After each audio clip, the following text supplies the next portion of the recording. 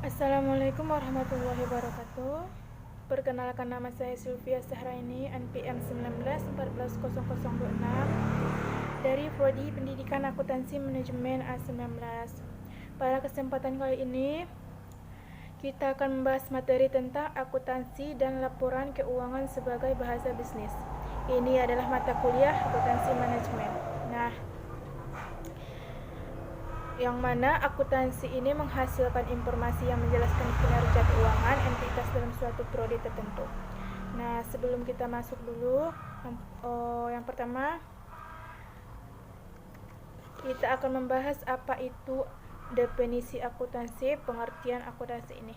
Nah, akuntansi menurut Gies adalah suatu sistem dengan input data atau informasi dan output yang berupa informasi dan laporan keuangan yang bermanfaat bagi pengguna internal maupun eksternal.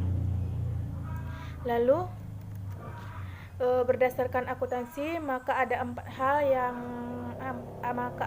hal penting yang harus kita ketahui. Yang mana yang pertama itu adalah input, di mana input ini adalah suatu transaksi peristiwa bisnis yang bersifat keuangan.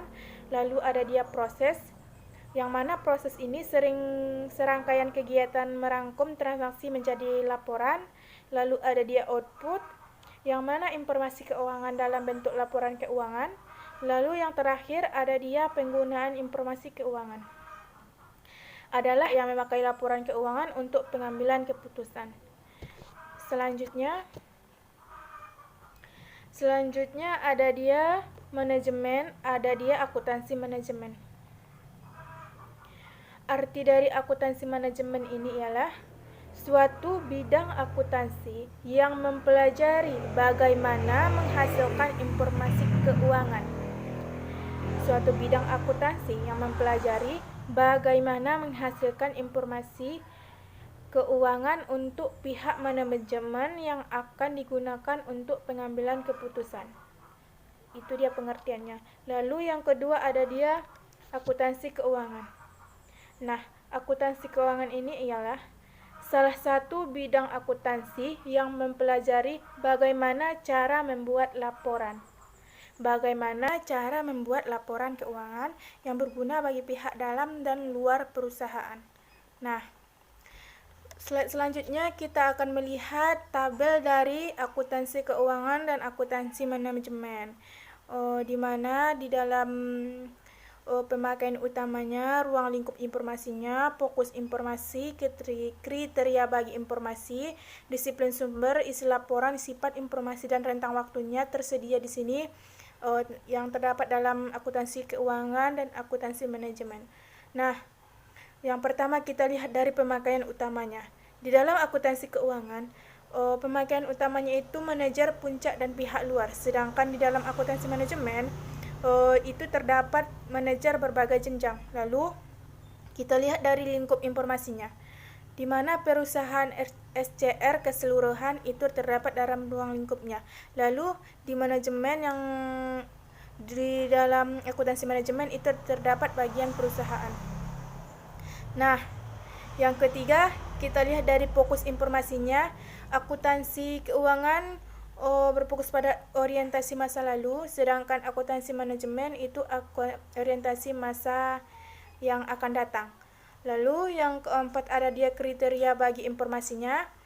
Kalau akuntansi keuangan itu dibatasi oleh PABU, terus kalau ya akuntansi manajemen itu tidak ada batasan sama sekali. Nah, di dalam disiplin sumbernya, kalau dia akuntansi keuangan itu terdapat ilmu ekonomi, sedangkan di dalam akuntansi manajemen itu ilmu ekonomi dan psikolog sosial. Nah, kita lihat dari isi laporannya. Nah, di dalam isi laporannya, akuntansi keuangan ini terdapat dalam laporan ringkas perusahaan keseluruhan, sedangkan dia di dalam manajemen, isi laporan itu hanya terdapat laporan rinci mengenai bagian perusahaan saja. Lalu sifat informasinya itu tentang ketepatan informasi sama dengan penting itu di dalam akuntansi keuangan. Sedangkan di dalam akuntansi manajemen, unsur taksiran besar, itu dia sifatnya. Yang terakhir, kita lihat dari rentang waktunya. Di dalam akuntansi keuangan, Rentang waktunya itu terdiri dari kurang lebih fleksibel, kuartal, semester, dan tahun, sedangkan akuntansi manajemen itu terdapat dari fleksibel, harian, mingguan. Nah, selanjutnya, perbedaan antara akuntansi keuangan dengan akuntansi manajemen. Perbedaannya, kalau dia akuntansi manajemen berorientasi pada pemberian informasi untuk manajemen terutama dalam hal perencanaan dan pengendalian. Lalu yang kedua itu akuntansi keuangannya itu dia berorientasi pada pelaporan pihak eksternal. Untuk itu diperlukan standar akuntansi yang dijadikan pedoman baik oleh penyusun maupun pembaca laporan keuangan. Standar akuntansi keuangan, di mana saat ini hanya dua standar yang banyak dijadikan referensi atau diadopsi di dunia, yaitu yang pertama ada dia IFRS atau International Financial Reporting Standard. IFRS ini disusun oleh International Accounting Standard Board atau IASB. Yang kedua ada dia US GAAP atau US Generally Accepted Accounting Principle, yang dimana USGAAP ini disusun oleh Financial Accounting Standard Board atau PASB. Berikutnya, standar akuntansi keuangan, di mana standar akuntansi keuangan yang berlaku di Indonesia terdiri hanya 4 saja. Yang pertama ada dia SAK atau Standar Akuntansi Keuangan. Lalu yang kedua ada dia SAETAP. Yang SAETAP kepanjangannya dari Standar Akuntansi Keuangan Entitas tanpa akuntabilitas publik. Baru yang ketiga ada dia Syariah atau Standar Akuntansi Keuangan Syariah. Lalu yang terakhir ada dia SAP, Standar Akuntansi Pemerintah. Nah, itulah dia standar akuntansi keuangan yang ada di Indonesia. Selanjutnya, perkembangan IFRS dan IASB.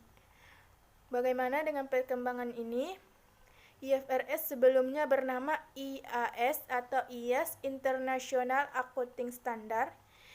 IAS ini disusun oleh International Accounting Standard Committee atau IASC yang didirikan pada tahun 1973. Lalu tahun 2001 IASC berganti nama menjadi IASB. Standar baru yang diterbitkan oleh IASB adalah IFRS. Dengan demikian, IFRS meliputi semua IAS. Cukup sekian pembahasan kita kali ini. Sekian dari saya, Sylvia Sahraini. Assalamualaikum warahmatullahi wabarakatuh.